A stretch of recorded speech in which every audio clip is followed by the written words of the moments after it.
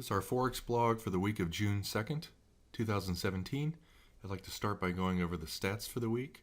Keep in mind that I keep one set of stats. Each day I fix some of the older patterns and add new patterns, and then at the end of the day keep these stats, so that way I don't have to keep multiple sets of stats. I did fix a lot of patterns this week, so keep that in mind. On Friday, there are very few patterns I added. 47 trades, 390 pips. The average win is 16. The average loss is only 4. Thursday had a lot more losses. 275 pips net. The average win is only 12. And as you can see, tons of losses on Thursday. But the average loss was only 7.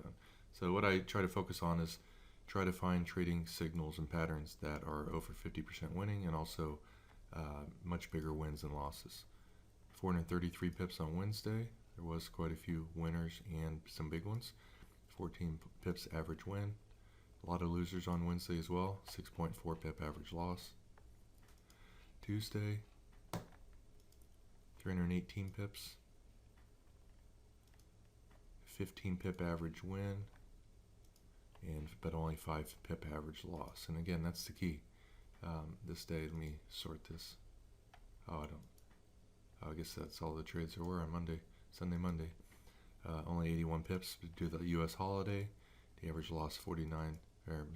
Average loss 6. The average win 18 because of 2 big wins on here. So let me just showcase some of the trades. Last week I added a new feature that if a trade has not performed statistically well in the past, or 55% winning, I mark them orange, and the higher probability ones are that have worked in the past are either green or red.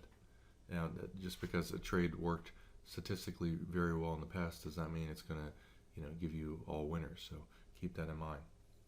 But here's some of the trades on Friday. You can see the euro dollar here, small win, big win. Ended the day with 5 or 10 pips on that one. Euro, yen, pretty much break even on this last trade. I wouldn't take any trades towards the end of the day on Fridays. Small win here, pretty much break even, 10 pip loss. The previous day you can see a big win here, a loss, small win, pretty much break even. Earlier in the day, in the previous day, you can see win, small win. Here's the pound yen. Now when you see a clear trend like this, and you see a trade that's a lower probability trade, I would take these. Ones that, look kind of suspicious, like right here, the market's just kind of drifting down. That's not enough of a pullback. I would have probably skipped those 2 trades. I would have skipped this trade too. But, and you can always draw your fibs on these levels to get a better feel. Here was a big trend up. Here was a 2-wave pullback down, and therefore I would have taken that trade. It didn't really generate more than 10 to 15 pips depending on where you got out of it, but it was a pretty high probability trade. So use these as suggestions in your trading, not just take every trade. Some of them are no-brainers, like here's a downtrend. This is a decent place to sell, it worked. Decent place to sell, it worked. There's no signal here, so you skip that. This one went over the high, so you might want to be a little bit more cautious on that. A lot of times when the trend goes a certain way, you're better off looking for a 2-wave pullback. So here's the first wave, pulled back, second wave. So this trade, because the trend was down, it was a 2-wave pullback, it's higher probability. But it was also a trade that particular pattern has done well in the past. So that was good for 20 pips. Definitely take that one.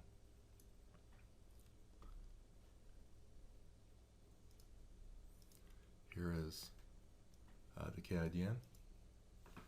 And when you look at the longer term hourly or daily 4-hour charts, you can get a better perspective. But here it's kind of going sideways, tried to break out and failed. It's kind of livering down, going down. It can go either way. You can see it made new lows, and then so therefore this is a very high probability trade. Here's a euro pound that had quite a few losers. But one nice thing you can see is that most of the losers are orange. And this one's kind of going down. It's below that previous low. So, you can always draw your trend lines on here. Just because these signals fail doesn't mean that it's not eventually going to, go into another direction. You might want to draw your trend line on over that, and since you're already in a buy signal right here, wait for that breakout right here. Or it might come back down and do a double bottom there, and you can take the trade. Now, because that previous trend was down, you draw your fibs off of this move, and this trade right here is a high probability trade because there's a two-wave pullback, and we had a pretty decent downtrend before, and it had many hours to go in the opposite direction. The buying's likely to be over, and therefore this trade's good for 15 pips. So if you combine our signals with just a little bit of common sense, I think you'll find that you'll do very well. Here's dollar CAD.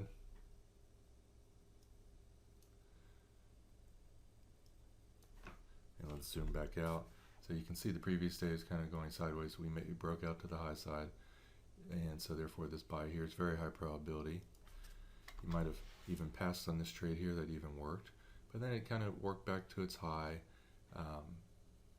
And a lot of times markets, after they've had significant moves up, will kind of stall near the high. But those two last trades worked, and then this is a great place to get out. Anytime you're in a trade a long time, if you get a counter trend buy signal, oftentimes it is a pretty high probability place to get out, especially if you're up 30 or 40 pips. So you can see you pretty much got out at the perfect time, right at the close of that green bar right there. So that's it for this week's Forex blog, and I'll try to do one next weekend.